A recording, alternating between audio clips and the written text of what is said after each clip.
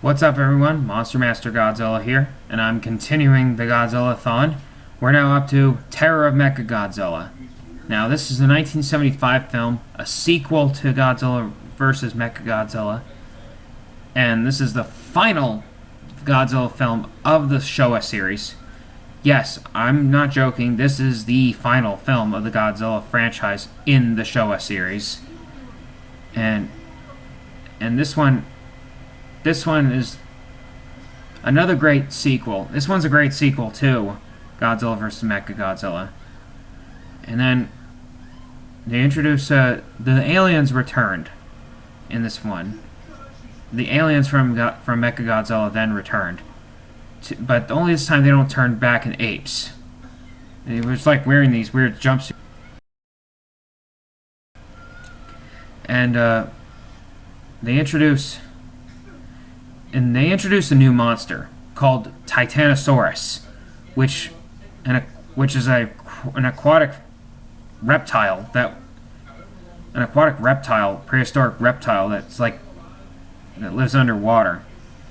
He has a tail fin that causes a gust of wind. He has a really decent looking monster, but has a weird, annoying sound where he sounds like somebody's playing a record or cackling like this.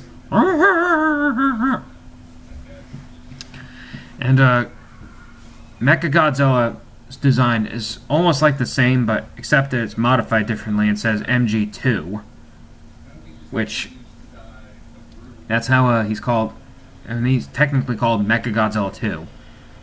The story was that the scientist is named Dr. Mifune, and he swore revenge on humanity for dismissing him for his experiments for underwater, where he discovered him. He just said that he claimed that he discovered a monster named Titanosaurus, and his daughter Katsura, she can control the mind she ends up controlling the minds of Titanosaurus.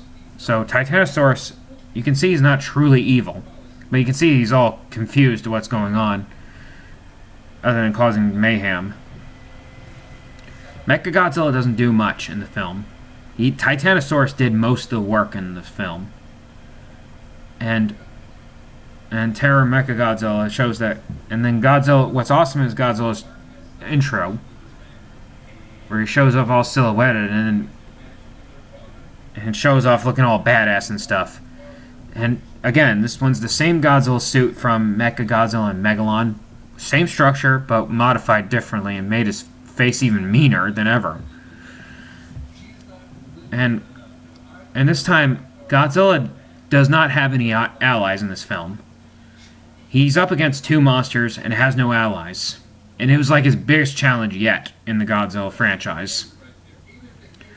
It's really quite challenging that Godzilla took on two monsters, and he has no allies whatsoever. This is the first time Godzilla has faced against two monsters with no allies. And so Godzilla then, it was like 2 against 1, and it's not fair. It was not a fair fight. I mean, he definitely got his butt kicked and here and there. And Godzilla then fights well against them both. MechaGodzilla doesn't have any new moves, no head-spinning tricks whatsoever. And for the first time in a Godzilla movie, we actually explicitly showed boobs. When Katsura was explained that she was a cyborg, brought to life by the aliens, they rebuilt her by putting some mechanics inside of her, and she was the source of controlling MechaGodzilla, the brain of MechaGodzilla. She was the brain to control MechaGodzilla, and so she was created. And when she has a cyborg, she has no heart at all. She seemed to have no heart at all. The human characters know that she does have a heart, and during the final battle, it definitely had some maturity to it. So when Godzilla then rips this time he rips the head off of MechaGodzilla. This time he still stands, and MechaGodzilla is able to battle even without the head. So when the human characters realize that Katsura does have a heart, and she says it definitely has the final battle was pretty sad.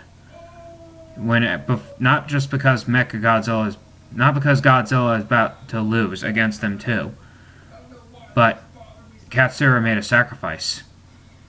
That the aliens killed her father right in front of her, and the only way to destroy MechaGodzilla is killing herself. So then she ended up committing suicide.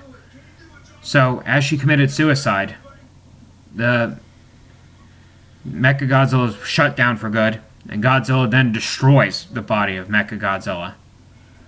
And that's the end of MechaGodzilla in that one. And Titanosaurus, he was like fatally injured, and then falls down to the water. And his fate is unknown.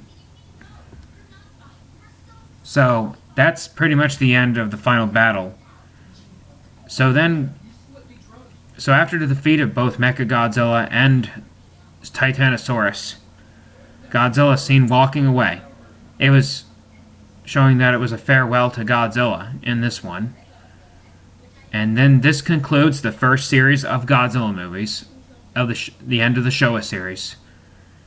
And after that, Godzilla takes a bit of a decade-long rest from the Godzilla movies, from a franchise. So that's when Godzilla didn't have a new movie until much later on.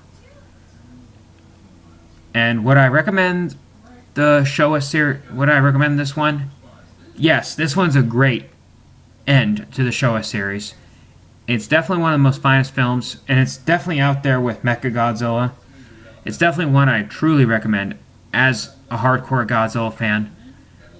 I mean, especially for MechaGodzilla. And it has a great ending, too. Has a good ending to the Showa series, showing Godzilla just walking away for his moment of triumph. And that's pretty much it, folks. Stay tuned for more. We'll be up to the return of Godzilla, or Godzilla 1984, or 1985, which is my favorite of the Godzilla movies. And that's all I have to say, folks. And as always, stay awesome, my Monster Masters, and I'll catch you later. Bye!